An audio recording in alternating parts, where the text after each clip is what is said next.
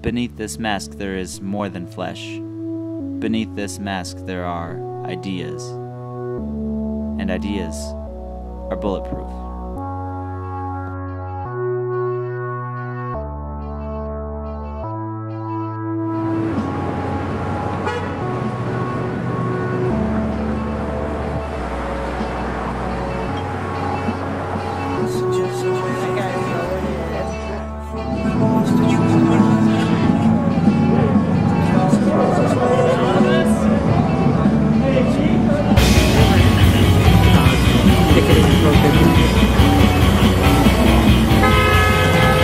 Okay.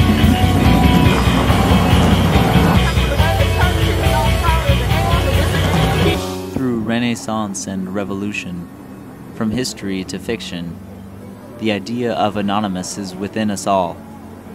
There is a time when some stand up as no one, to stand up for everyone.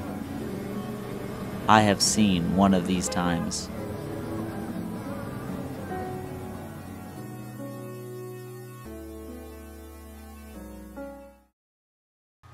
The following video chronicles the lives of around 11 people who are all part of an online flock called Anonymous. The second Saturday of every month, these people get together to speak out against the Church of Scientology. They wear masks and must meet in secrecy to protect themselves from the Church's fair game policy. Though, underneath the mask, what would one find? With both a still and a video camera, I chronicled 3 months' worth of protesting in an effort to show who Anonymous really is.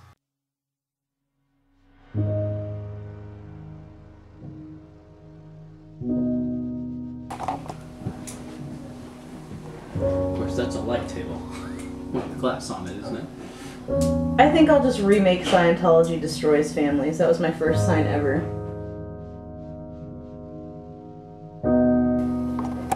It's good enough. And if that doesn't stick, I'm fucked. What was the retarded theme for April last year? The retarded theme for April was Reconnect. Which wasn't too retarded. I liked it. Using their own funds, Anonymous members prepare signs for the next day's demonstration. I totally trapped cat hair in there. Sweet. The group has no leader, and no incentive or motivating tools to offer the individual. The drive to inform the public is enough for these members. Now I just gotta trim it. That was pretty easy. The following clip is from an interview of one Anon member, in which he describes his reasons for protesting. So I talk to ex-Scientologists, so they tell me that what we do is, I mean, personally, I talk to them, and they tell me that what we're doing is pretty, it's pretty awesome, and it's a good thing that we're letting people know what they do. The Sea Org and other things. A distinguishing characteristic of Anon members are their long-standing ties with online communities, which they can be exceedingly comfortable in, as you'll hear in the next 2 clips. Started trolling this place right when we first found it, when it was the Lounge back in '04, and we started talking shit to all these like 13-year-old kids, and out of nowhere the creator of the whole program shows up and threatens to ban us, and we start talking shit on him, and he perma-bans us, and we couldn't get back into the game for 3 years. In '07 is when we were able to get back into it. And which is forever in internet terms. Exactly. I would literally spend like 12 hours a day on that. Like once I got home from school till like 3 in the morning, and then I had to get up at 7, I would just sit there on the chats. Well, I stopped. So fucking fun. Okay, I got so addicted to chatting on MSN, and I was pretty well known, which is kind of scary.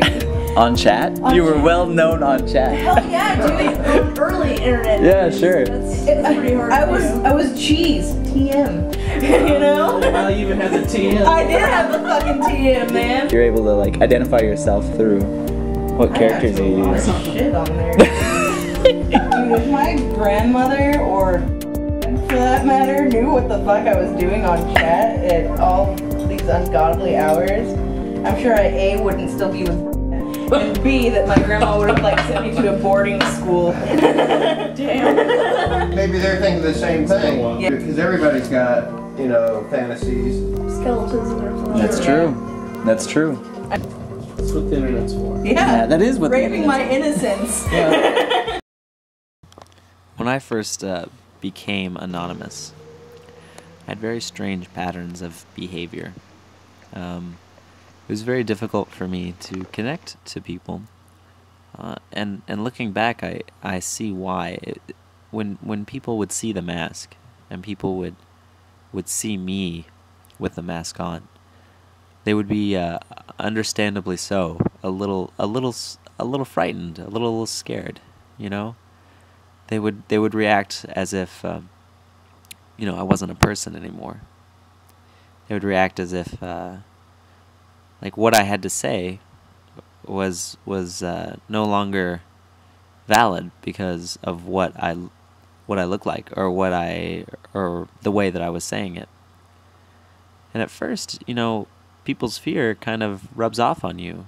You know, when people are like, "Don't touch that. You don't, you know, you don't know where that's been." You know, like we have that kind of, you know, that kind of philosophy with a lot of things in life, and parents would, you know, push their children away from the group of weird people. You know, stay away from the weird people. And you know, like that was a little frightening at first, because you start wondering, well, what have I become? You know, oh my gosh, this is not normal. You know, you can talk to me. I'm still a person. You know, like, you know. But I think after you get past that, you start really realizing that you can be yourself still, while you're not being you, and you start being a little less creepy, and you start being maybe a little bit more. It becomes a more playful kind of thing. You know, you can have fun, just like you would have fun as you know, your normal self, or you would, you know, you can be as serious about social issues or political issues as your normal self. You know, and you can start talking to people as your normal self, and this, once you start realizing that, you know, you talk to the people that take you seriously, and then you can just brush off the people that don't take you seriously, and you start getting this little bit of a swagger in your step, and it becomes kind of a freeing feeling, like you don't have to really worry about the issues that you were worried about earlier before you put on that mask, you know. And now you're creating something. You're creating both a collaboration with your old self and then your new self. You're creating a new self, a completely new self, and that impacts the other two. It changes the other two in a way that, you know, that couldn't have happened before you put on that mask.